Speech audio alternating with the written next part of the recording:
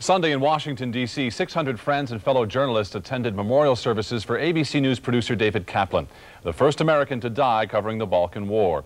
Covering wars and revolutions is a dangerous assignment, of course, and one with very high costs. Here's today's Inside Story.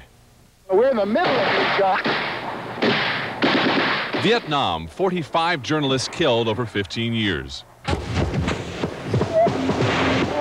El Salvador, 40 dead in 10 years of fighting. But in what was Yugoslavia, in the last 14 months alone, no fewer than 30 journalists have already died in what has become the most dangerous war newsmen and women have ever faced. The most recent was Sam Donaldson's longtime ABC News producer David Kaplan, who was killed by a sniper's bullet 1 week ago. His death served to point out that unlike other wars, the press is fair game in Yugoslavia. Veterans of the news business say this marks a turning point. There is no sanctuary. Journalists can generally find sanctuary. They can get behind lines and feel reasonably secure. They know where the incoming is. In this case, it's all sniper activity, and apparently both sides hate the journalists. It isn't easy, and nobody does it very well. And I am thinking of David Kaplan and what happened to him. And I just can't get it out of my mind.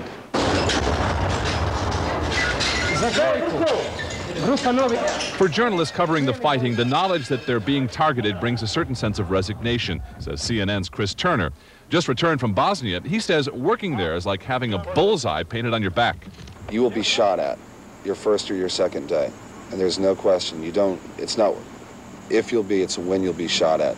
At one point, you'll be in the crosshairs of a gun, and someone's going to open fire on you and try and kill you, just because you're a journalist. Faridoun Hemani, seen here in Sarajevo, is a bureau chief for international news organization WTN. He says he's even heard that a $500 bounty is being offered to any soldier who can kill a member of the press. He had a close call of his own, he says, when he was picked up by soldiers for what proved to be a mock execution. They were screaming at us in a language we didn't understand. They put us up against a wall and walked us about 50 yards, and we had our hands up, and finally, after about 2 minutes, which seemed like 2 hours, I said, okay, you can go. But the feeling of that this is the end, I made my peace with God.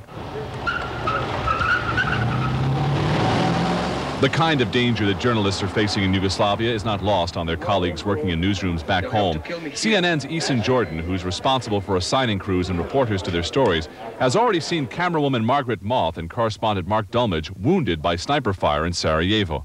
It's a tremendous weight on our shoulders. We would prefer that there not be a story and that we not have to send people there. It has caused many sleepless nights, and I'm sure will cause many more sleepless nights.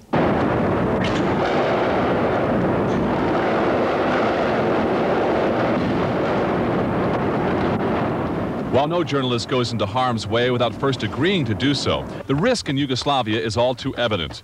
Even so, those who have been there say it is all part of the job. I used to work in London, and there was nothing worse for me than sitting behind the desk and watching on the satellite all this material coming in when I feel that I should be there myself. It's news, and it's what we do. It's working with a very small group of people, working very intensely and very hard, and with your friends. And part of you wants to be there. And it's a very exciting story.